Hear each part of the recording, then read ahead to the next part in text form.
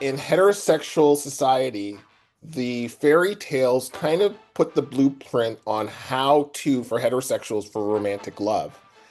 And I didn't see that for gay men. I saw sex.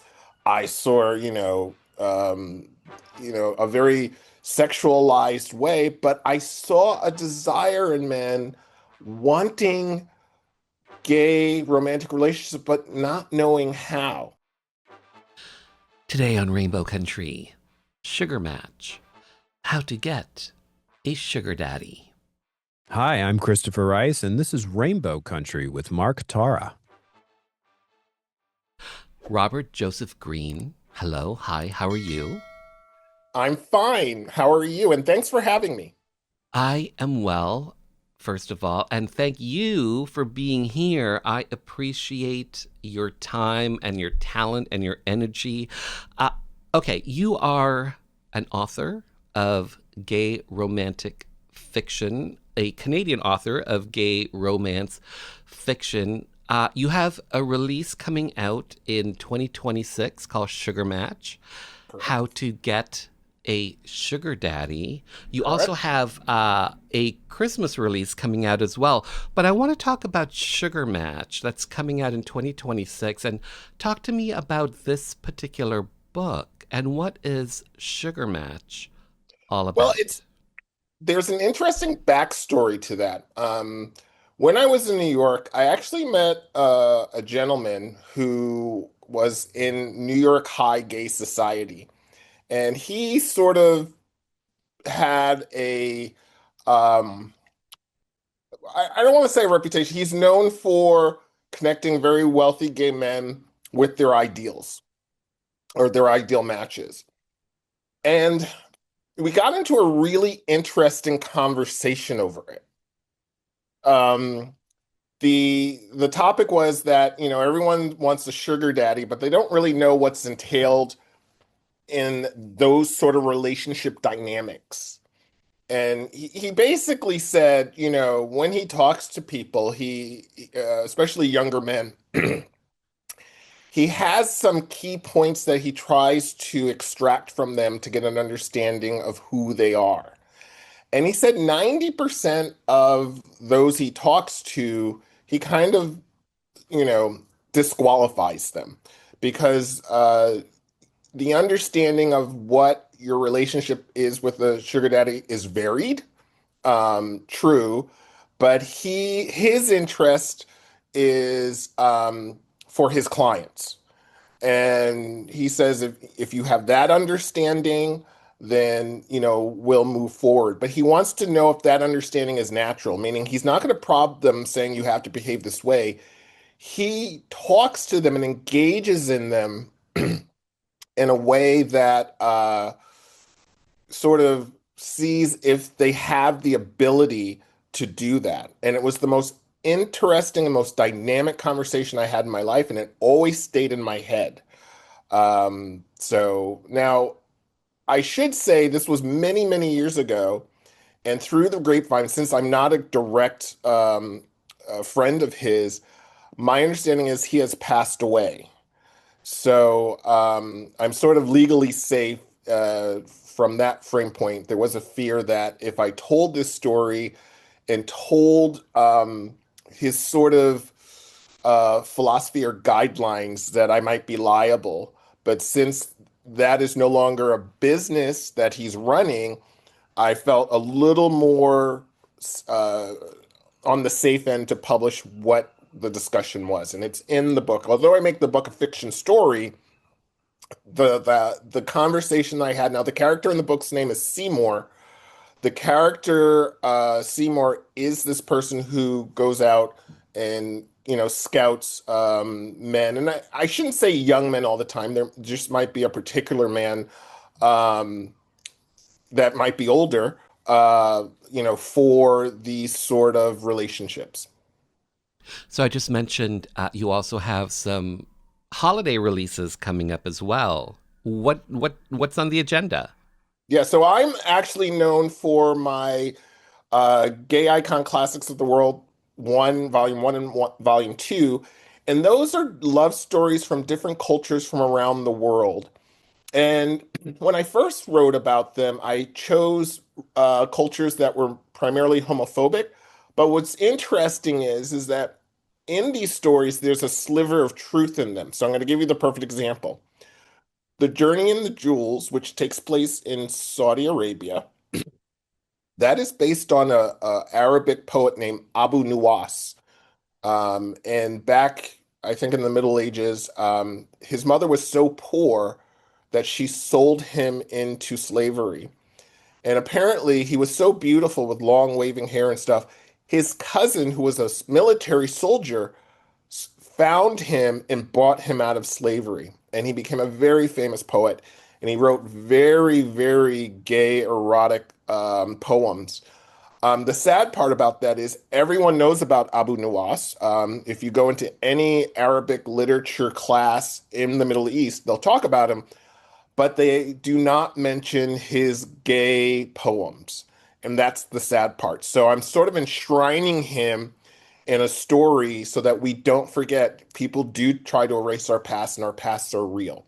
And the other thing is that a lot of us, we hear these fairy tale love stories. We actually have them. They're just not spoken about. So this was a way for me to get out there that, there is gallantry, there is chivalry in gay love, and it has been in a historical context, and this helps people, with relationships.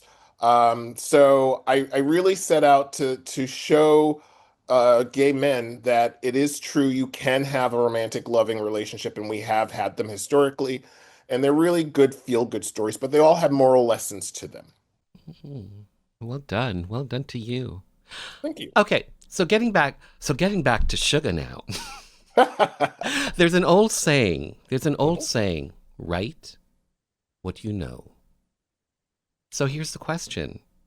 Have you ever had a sugar daddy? Have you ever been a sugar daddy? Or maybe you've been a sugar baby? Have you ever had that experience? That is a very good question, and I And one wasn't that you're not prepared. going to answer? No, no, no, no. You know what, Mark?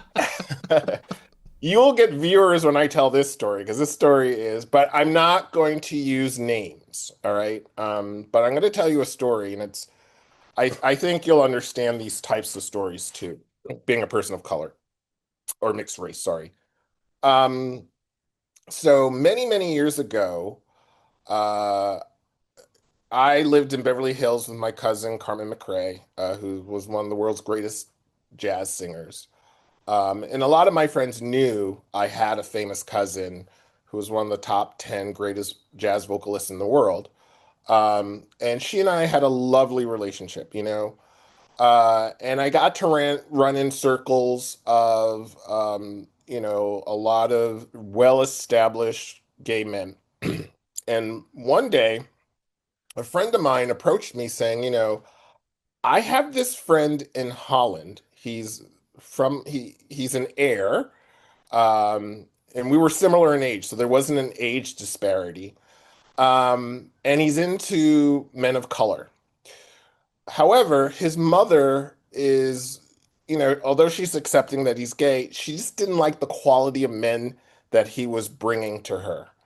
And I think she sort of put her foot down, saying, uh, you know, bring me someone now and stop playing around, or your inheritance is in question. I don't know the details of that. I just know that this person said, could I, introduce you? And he sent a photo, and this guy was gorgeous, and I could see why he's a player. I was like, so he was very charming on the phone and very nice. And he flew me out to the Netherlands. And I was really enjoying his company. I was enjoying his charm. I was enjoying the attention. Um, and I think he felt like, okay, this is a guy I could bring to mother, but this is also a guy I would like. Uh, I flew back. At that time, I was living in California, and I flew back, and we were exchanging emails and phone conversations and stuff. And I flew a second time, and on the second time, We went to Amsterdam. So he lives in Rotterdam, but Amsterdam's kind of the gay mecca. And we went out dancing and stuff. And one day, not one day, one evening while we were at a club, he had gone to the bathroom, and one of the bartenders motioned me over, and he said, "Hey," and he goes, "Stay away from I don't know you, but I'm going to give you some advice. Stay away from that guy." And I said, "Well, okay, that's kind of concerning." Um, and I was like, "He's coming back soon, and I'd like to get the backstory about him." Um, and he says, "Well, I'm here from this time to this time, so anytime you could pop in, we can talk about it, right?" The irony is that guy is a friend on my Facebook now. He's a very close friend of mine, and he's Belgian. He's not Dutch. Flemish Belgian. They speak, Flemish is very similar to Dutch. So anyway, I did have an opportunity where he had to do something, this guy I was sort of seeing. And so I popped back into that nightclub and I spoke to him. He goes, "Yeah, he has a reputation of promising the world to these African men, flying them up, having, wonderful sex with them, telling them that they're a man of his dreams, and then sending them out to go get something. And they would come back to the apartment to see their suitcases at the door saying, 'You have less than 12 hours to get to the airport. I'm not interested in you. Goodbye.'" And I was like, "Oh, you know." So I went and told my friend this. And he said, "Yeah, it's kind of true. He's kind of has a reputation like that." And I was like, "Well, why would you get me into a situation like this? So I realized very early on these sort of scenarios are not for me. I wasn't looking for a sugar daddy.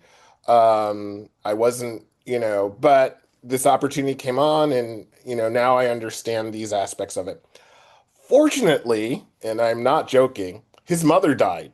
So he got the inheritance there anyway, and he had no use for me whatsoever. So that sort of went wayside. So, yes, I have had a situation where there was a very large income disparity between a person I dated and myself, and that scenario would have probably been a sugar daddy scenario. So, do you think that that experience that you just shared with us, do you think that that informed your writing of Sugar Daddy? I would say the character Seymour was more aligned to why I wrote it than my experience with this gentleman. Because my experience, well, on one hand, I think yes, because what I know about sugar daddy situations, it's very word of mouth. So if you can't find a Seymour, it's in the social circles that you run in. You know, when I lived in Toronto, I knew of gentlemen that had sugar daddy set up situations. And again, it was in a format where you had a social circle, and the younger guys who had befriended these established men sort of knew what their tastes were and say, "Oh, hey, I had this friend." And they would have this conversation. "Hey, this guy is interested in you, but you have to understand him and his mannerisms." So yes, I think yeah, my interactions with this Dutch gentleman did sort of influence it, but it was more in the social circles in my lifetime that I've seen that I thought was very compelling for a story to be written.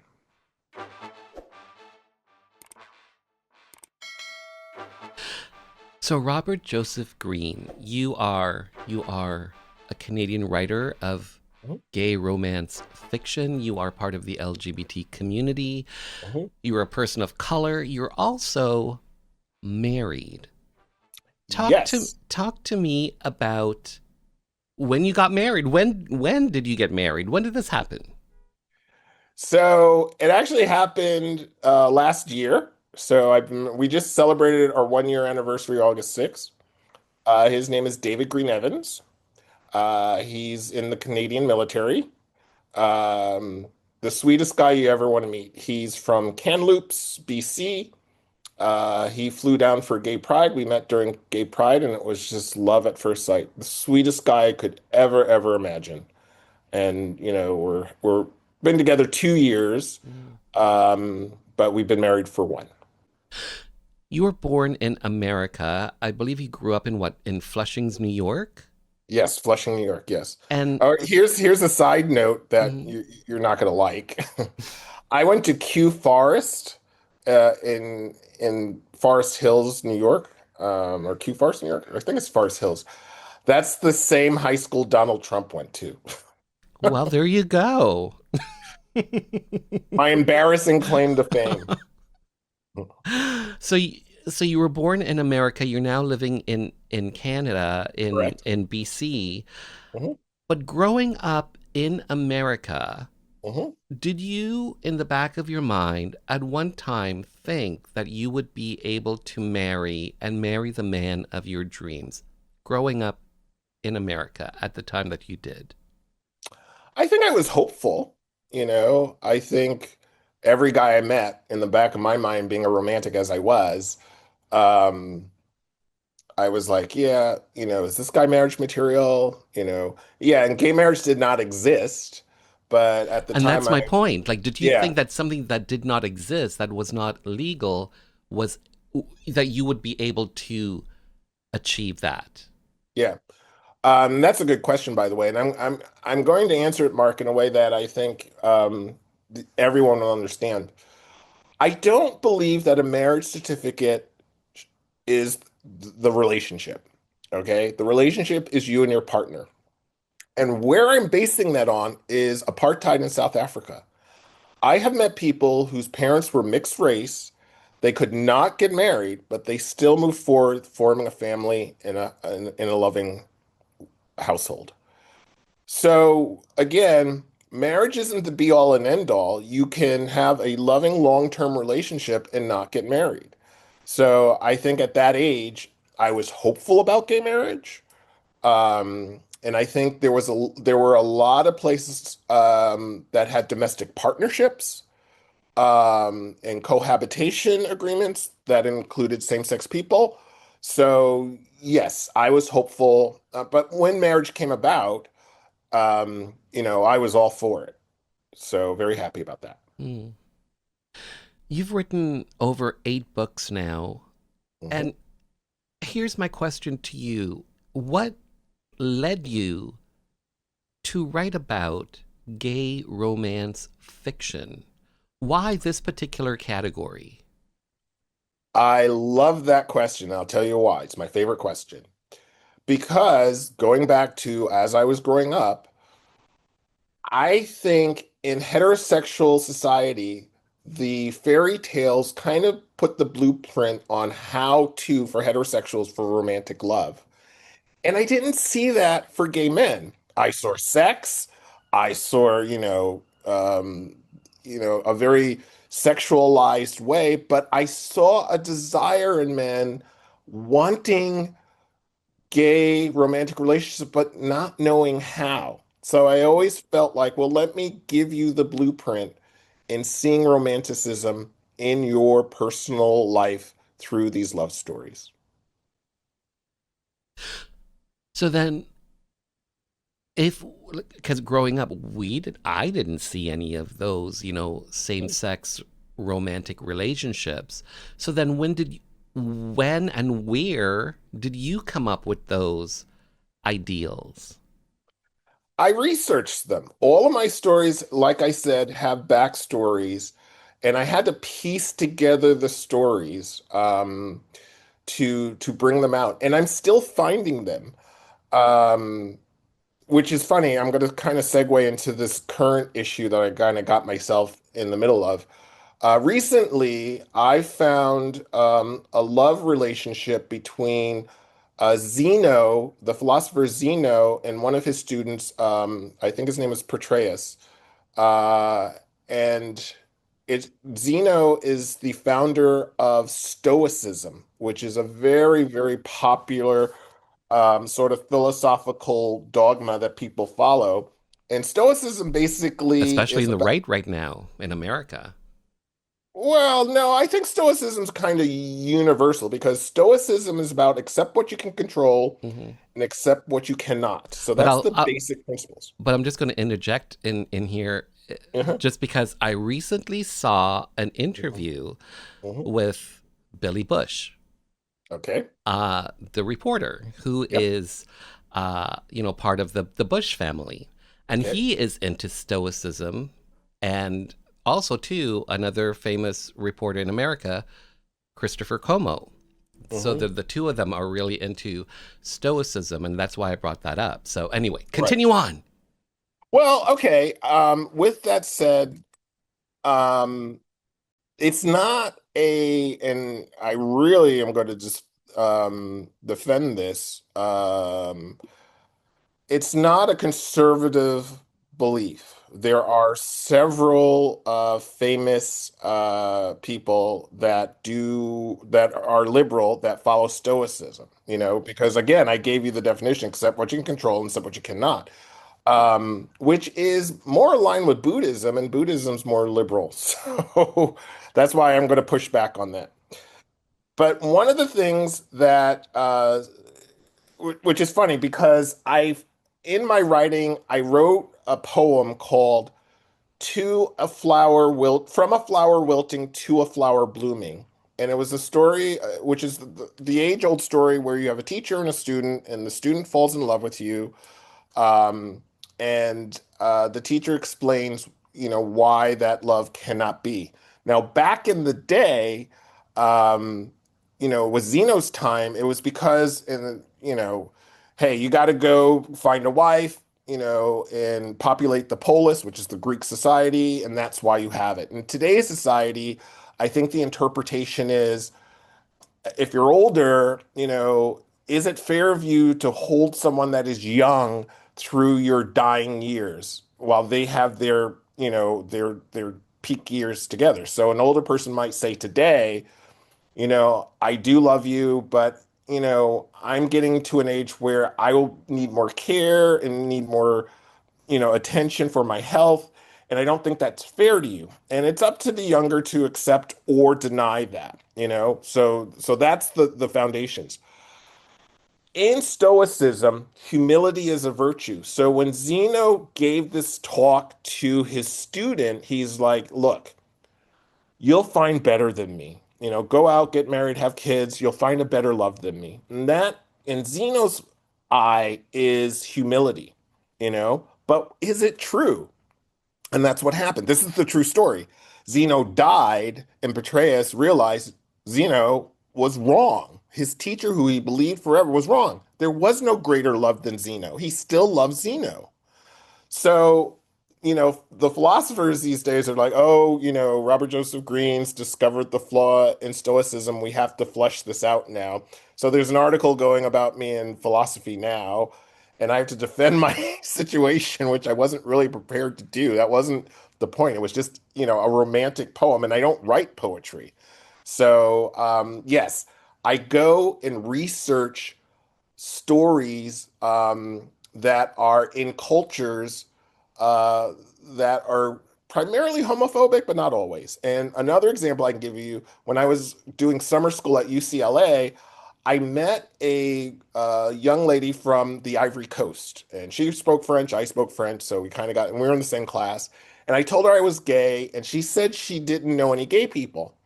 And then one day she came back and she said, "You know what? I vaguely remember my grandmother telling me a story about two boys that were run out of the village for kissing."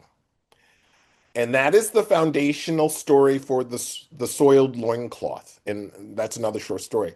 So yes, that's how I came to the formulation for a majority of the stories, that they're based on truth that we just didn't know about. And then I expand upon them into a fiction story so that, gay men can see that love does exist, it can grow, and it is real. So, to dovetail on what you were just talking about, your writings have sparked everything from heartfelt fan letters to being banned by a publishing company owned by the Vatican in Germany. So, why were you banned by a German publishing company? What's the story behind this? Oh yeah, that's you know, in that situation, it made me a lot of money. I'm going to be honest. Okay. My books are published in German. There's a German Wikipedia page. So it came at the perfect market. Whereas Russia, as you know, that situation, I don't have any books there. So I didn't really profit from the publicity of, Putin trying to point to my works as being the reason why they need anti-gay propaganda laws. But Germany, it's actually the German archdiocese that owned Weltbild, and it's not a well, it is a publishing house, but it's mainly a book distribution company that kind of rivals Amazon, but they're kind of like the Amazon of Europe because they cover so many different countries. But it's 100% owned by the Archdiocese, which is owned by the Vatican. They basically they did, you know, they did a little shady practice, but I'm not going to get into that. But what I will say, in my opinion, allegedly a shady practice, they told us basically that my books, this is a Catholic owned company, and that my books promote homosexuality, and there's no fit for them there. Well, the mistake they made is two things. One, Germans hate hypocrisy. They absolutely, as a culture, they hate hypocrisy. And Velbuilt was selling soft core porn like 50 Shades of Grey, but throwing my books out. So that was the first thing, the mistake they made. The second thing, the mistake that they made was uh, they made it public, you know, and Germans just rallied and boycotted, and it was just a crazy time. And even the German government got involved, where the ambassador of Canada from Germany, wrote a letter saying this is being very much discussed. And I was on Deutsche Welle, I was on TV or radio interviews. The irony is I had to get up at 2 a.m. to do these interviews, which was not fun. But so yeah, and the long and the short of it is that they actually went into insolvencies because not only that, they were just transitioning to an electronic system, and to have this boycott just really ruined everything. So they went into insolvency. I think the Catholic Church was like, "Look, we got to offload this because this is costing us money." And so I think it got sold to another entity who's been wonderful with me. They're like, whatever books you have, just send them over. Let's bury the hatchet. So it did have a happy ending, but yes, that was kind of a controversial situation. Now, I want to point out, if I may, we, my publisher, Icon Empire Press, did have a conversation with someone from, I believe, the Archdiocese as to particularly why my books. Why were you going after me? And Mark, I think you're going to find this interesting. Um, I wrote a book called The Forbidden Scrolls, and it's based on Lucian of Samosata. He was an orator back in the Roman era, and he had a great debate. And I'm going to turn this back on you, Mark. His debate was, which is better for man, the love of a man or the love of a woman? All right, so that was the debate. Who do you think won that debate, Mark? The love of a man or the love of a woman? Who is greater for a man, the love of a man or the love of a woman? I would say probably the love of a woman because it would Oh, probably relate Mark, to like a mother figure or something. Mark, scandal. Shame on you. Actually, it was the love of a man. Oh, Um, yes. so now you have to understand why I got in so much trouble because the Roman Catholic Church said they saw this debate. It's a very well-known debate. It's called Erotes, and they're like, we need to seal this discussion away. All right, pronto. And they have a thing called the Index, and it's the list of forbidden reading. It's been around since the 1500s or 1300s, I don't remember. So Catholics are forbidden to read this. So I based a love story on a scribe who actually could read what he was writing, and the owner of the kingdom hired him and shared this with him, and they fell in love because it was forbidden, and then they escaped, because they got found out that they were gay lovers. And the Vatican didn't like that. They didn't like that. There were certain translations of that book, of Arote. So you could get it in Spanish, you could get it in English, but you couldn't get it in German. And my German translation was out there, and they didn't want that. So they wanted that book pulled. And we believe that allegedly was the reason why they selected me um, to to not be on their roster at Veltbild. Wow. Wow. Well done to you. So I just have a couple minutes left with you. Here's my last question. And it's simply this. What do you hope audiences come away with after they've experienced your writings? Essentially after they've experienced Robert Joseph Greene. What do you hope your audiences come away with? Well, as you know, my writings illegally in Chinese, by the way, in Mandarin, I believe. But so they like it so much they bootlegged it because I have a Wikipedia page in Chinese about my work that I have no Chinese translation. So I get fan mail in Chinese on my authors. Oh, I love your stories, and I'm like, I'm not making any money off of that. But all the other languages, my hope and dreams are you read this story and you're like, I want that. I want that kind of love. And you share that story with your partner, someone you're dating, or someone you've met. And they want that sort of love too. And that is your blueprint for forming a loving, lasting relationship. Now, I do want to add, Mark, if you look at the historicals of marriage, we now have what, 10, 15 years of marriage history. When gay marriage was being legalized, divorce lawyers were promoting it like no tomorrow. Yes, yes, yes, because they thought they hit the jackpot. They thought gay men would get married and divorce like crazy. No. The statistics are out. We actually, between heterosexual marriage, lesbian marriage, and gay marriage, we have the lowest divorce rate on all of those. So Lucian of Samosata was right. Ultimately, the love of a man is possibly the best form of love that a man can give. Hey, hey, hey. I have to say, Robert Joseph Greene, well said, well done, well written. Thanks for your time. Thanks for being on the show. Thank you, and really thank you for having me. I really applaud you opening the eyes of our community to the possibilities and positive efforts of life in being with our culture.